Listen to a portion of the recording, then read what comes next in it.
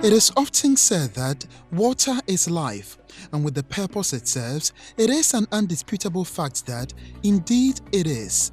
Over time, however, it seems to be losing its prime spot to land, which has become the most sought-after commodity. But dispute over land did not start today. In Bible history, we read about tribes who annexed entire nations through bloody fights. Territorial boundaries today did not exist over 2,000 years ago. Besides rich minerals, farming, horticulture, and putting up of buildings, land is also acquired as a property as it appreciates in value over time. This is probably why the quest for the acquisition of land, particularly here in Accra, has become a big tussle. Reports say just 50 years ago, landowners were virtually giving out land for free because they wanted it occupied. Our ancestors did not regard land as an economic activity. Dealing in land as an economic activity. So there was no attempt whatsoever to document land. Ownership of land is a problem. And that has brought in its work the issue of land guards. That people exercise force to be able to enter lands and take possession and then claim ownership. What used to be cattle ranches in Accra, for example, is now taken over by real estate developments. And what is available is almost under siege. Land guards keep chasing people off properties sold to more than one person. In certain places, you see that in one family, everybody in the family, every young man in the family is able to dispose of land. So people are getting land from all kinds of people in the same family. And sometimes amongst the families, they are quarreling over who really should be in charge. Access to proper documentation, doctrine, occupation by squatters, stealing of state lands, alleged wrongful judgment to the highest bidder, and the list goes on, has made issues murkier.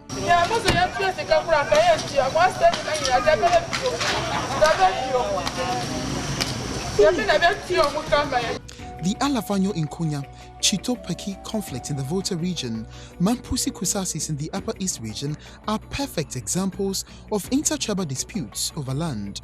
Others are purely chieftaincy based, and statistics indicate that the migration to the capital has put a strain on facilities, hence the scramble for land. Several instances of forceful eviction can be cited. The recent demolition exercise at Ajekojo affected about 300 houses, some valued at over 5 billion cedis each, now reduced to rubble. What is interesting about this peculiar case is that some have lived here for over a decade and paid tolls to the Tema Development Corporation (TDC), which claims ownership. Another presenter come with a machine. They chase that man with their gun. With the man run. They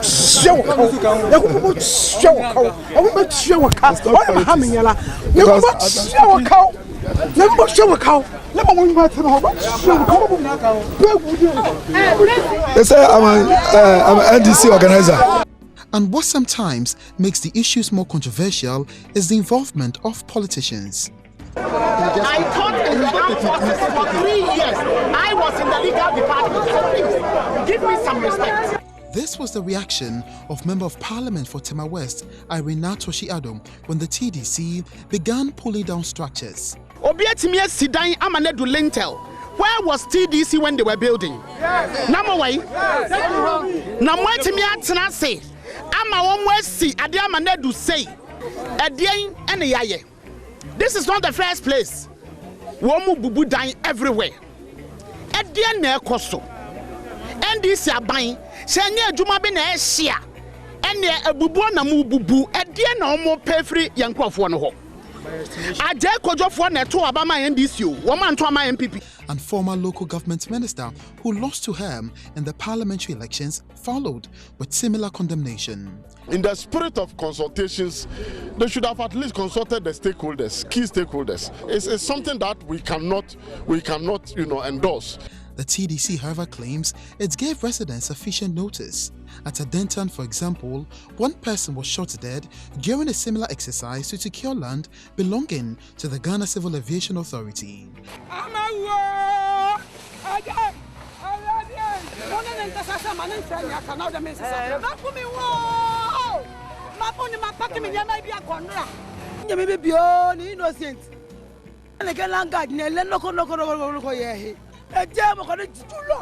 But hours after the tragic incident, his family raised red flags, denied the accusations and called for investigations. This year and beyond, we are going to wage serious war on land guard issues. We will not allow them to take over lands that belong to genuine people, and then they will prevent people from developing their lands. Here again, the Member of Parliament for the area took the side of his constituents and expressed anger over the exercise. But was no one monitoring? Couldn't officials have revalued the land for those who occupied it? Were the politicians being populist? Why isn't anyone being prosecuted for negligence? And could those enforcing the demolitions have their own parochial interest? NATMO boss Kofi Potofi, for example, did not hide his frustration when he saw hundreds, including the aged, who enjoyed all the comfort reduced to homeless beings. If within their jurisdiction they have to resort to demolition, they should make, some arrangement so we can provide some safety and comfort for the displaced persons. Some MPs, perhaps carried away by the huge public outcry, took the matter up and petitioned the Speaker, Edward Dowajaho, demanding full-scale inquiry. I therefore want to urge that leadership should take this issue up. The committee, speaking without consulting us, said that, and he comes here and he says the leadership, do you seek the approval of leadership before meeting with them? With the leadership and add some members from the constitutional and legal, because there are legal issues that are likely to be raised in the process of the inquiry, and we'll add them to the Works and Housing Committee for them to look into this matter and submit a report. Critics may describe it as cosmetic. So the question arises, what is the procedure for acquiring land? The first thing you do is get a surveyor, and by that I say a qualified surveyor. He will do a site plan for you that will describe the exact boundaries of the land that you want. The next step would be go to the Lands Commission and do a search. It is a well-known fact that the Lands Commission is mandated to regulate land administration in Ghana, but has the Commission lived up to its mandate? If people were more careful, and the law always says, caveat emptor, let the buyer beware. And that's what everybody should keep in his mind. If I was buying any other good, I was buying a car, I would walk to DVLA to see whether the person is the rightful owner of the car. Let us be so careful in when we are dealing with land. Timothy Anyidoho is one of the long-serving lands officers of the Lands Commission. The successive government had recognized that there was a need to try to make all these small divisions under one headship, and that would help at least sort out the confusion and left. But efforts are being made to merge all our records so that the duplication of functions that used to exist before would go down. But how friendly are the procedures involved in acquiring a valid land certificate or titles? LAP is working presently to voluntarily invite chiefs who do not have customary boundary problems with their neighbors. And that is what we are doing now. We're determining the customary boundaries of traditional areas who are not presently immersed in conflict. We're also establishing customary secretariats at various traditional assemblies or traditional authorities so that they can do the rudimentary keeping of records of their dealings and transactions concerning land over which they pretend. And how do you know you are dealing with a quack? Landowners and potential ones are now even skeptical about officials of the Lands Commission. I talk about the Lands Commission today being 4 divisions in one. Before Act 767 in 2008, the PVLMD, which is now a division of the Commission, was what was called Lands Commission. We had a survey and mapping department, not a division. We had a land valuation board. We had land title registration. The confusion over the years, characterized by acquisition of mostly stool lands in the capital, is the reason for the establishment of the land administration projects. The chiefs don't know their boundaries. When a chief is installed, he is told your boundary is from that Unyina tree to that road. All these things are not existing now. They have been reshaped. The trees have been felled. They are not there, so the chiefs don't know their boundary. It's so imaginary.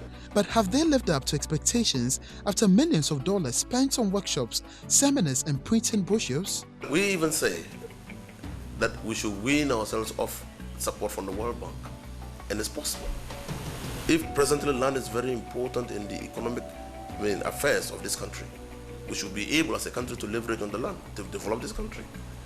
So the Lands Commission, working in tandem with the customary secretariats and school land administrator, should be able to generate enough resources. And are the people deliberately manipulating the system for selfish gains? Apart from the motivational issues, there are institutional challenges and alignments. For instance, you find two people dealing with the same parcel of land through no fault of theirs. The starting point of registration of the land is that at the land title registry, they only look at your documents. They don't check ownership. They don't check the authenticity of the document. So you present your document in pursuance of the law, and they received and give you a yellow card. Another person comes even on the same day with the same, different documents on the same parcel of land, they will have to receive it. Bawe, a suburb of Accra in Kumasi in the Ashanti region, are said to be some of the success stories. So what are they doing right? Kumasi, all the lands are owned by Otumfo. He's the custodian, all the lands. And all the sub-chiefs like Bantima, Menshia, and others, we call them, they are chiefs, big chiefs, but we call them caretaker chiefs. They take care of the land for the Golden Stool. So when you go there, the chief there will give you a paper called allocation paper. That means he is allocating that plot to you with all the information on it. And then you go to Menshia, the palace. So Menshia is doing a system of registration there, which makes Otumfo the only person who can give you the indenture. Parliamentarians have since shown concern about the volatile situation. This MP has for years been involved with land administration. He shares his experience. I've traveled to Sweden to see the land administration there, to UK where I schooled for my masters. You go there, you can sit at the comfort of your own room computer and search information about every land in the country. We are into digital mapping. So why are we even doing manual searches at Lands Commission? All this, we have to move very fast and then get this information on board so that people will get confidence in our land administration system. Francis Menu Adabo is a geomatic engineer who has had a stint with the Lands Commission. The experienced surveyor also speaks to the subject. The Survey and Mapping Division, where I worked initially, they are the people who go to the field to do the mapping, and they don't even have instruments. They don't have instruments. If we have instruments for survey and mapping division, like land title can be declared across the country. Now people sit, apart from these three areas that I named, Accra, Tema and Kumasi, all the other areas, they are not registering title. So what is the way forward? The Executive Secretary of the Lands Commission says, where land is not properly documented, then that money, whatever money you put in the investment, into investing in that land, is dead capital. You kill the capital. And so, but capital should renew itself. So when you invest in land that is properly documented, you can use the documents to access whatever financial, engage in financial activities with the banks and other financial institutions. When death lays its icy hands on them, this is where they find solace. But now, they cannot even heave a sigh of relief. This is the reason their hearts may perhaps be troubled, because gradually their home is gradually being taken away from them because of the lack or scarcity of the commodity, land. Have you wondered what the processes are in getting the right documentation to cover a land? Who are you buying from? How do you identify fake land sellers to the genuine ones? And again, who is checking the sale of lands? The Lands Commission, you might say, but are they up to the task? Is the Lands Commission giving value to its clients at all? How cumbersome are the processes to acquire a legit land certificate? And at all this back and forth, the fights, open stealing, backstabbing, killing, we will die, buried in the earth, leaving all behind. And I'm sure you will agree with me that the questions are much more than the answers. Reporting on this edition of Issues, Ignatius Ano, Accra.